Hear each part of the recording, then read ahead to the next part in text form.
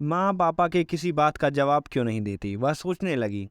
Lockdown की वजह से स्कूल के सारे क्लासेस ऑनलाइन ही चल रहे थे।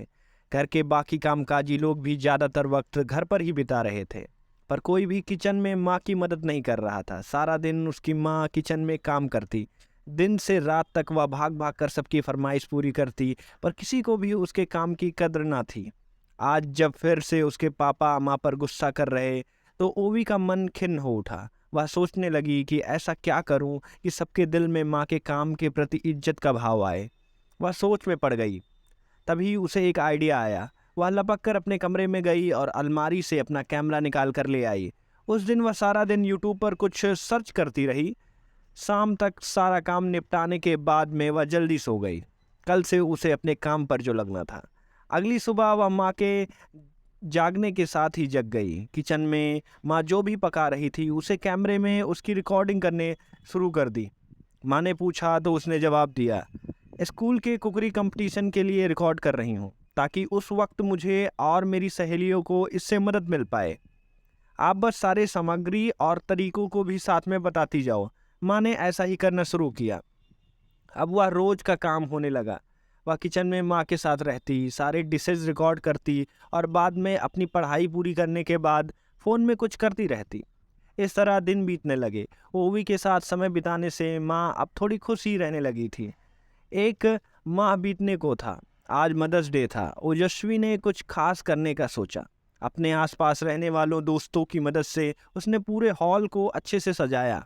उसके बाद कमरे की लाइट बंद कर दी। आज सुबह से ही ओजस्वी माँ को कहीं नज़र नहीं आई। उन्हें फिक्र होने लगी। उन्होंने जल्दी जल्दी से काम निपटाकर उसे ढूंढना शुरू किया। नीचे के सारे कमरे में जब वह नहीं दिखी, तो माँ के कदम ऊपर हॉल की तरफ बढ़ चले। दरवाज़ा खुला था। अंदर गुप्त अंधेरा था। उसने आवाज़ लगाई, ओजस्वी ओजस्वी कहाँ है तू? तभी कमरे की लाइट जल पड़ी। ओजस्वी की आवाज़ आई, हैप्पी मदर्स डे माँ, लव यू सो मच।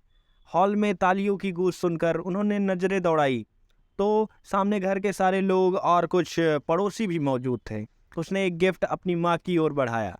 उसे खोल कर देखो। माँ आश्चर्य में पड़ गई। बाद में देखती हूँ ना। नहीं, अभी खोलो, ओजस्वी ने जिद किया। ठीक है।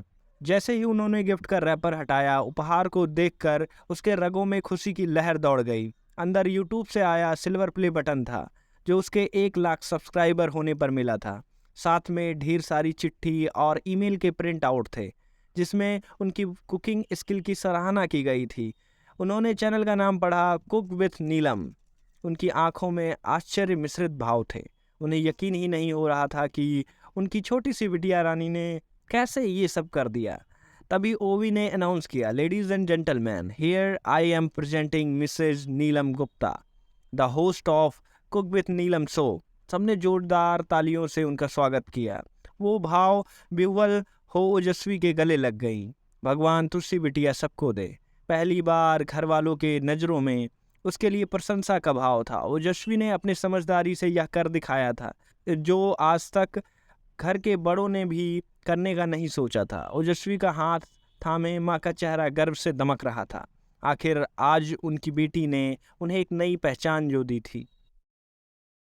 अगर आपको ये कहानी पसंद आई है तो ऐसी ही और कहानियाँ सुनने के लिए इस वीडियो को करें लाइक और चैनल को करें सब्सक्राइब। आपका थैंक यू, शुक्रिया, धन्यवाद।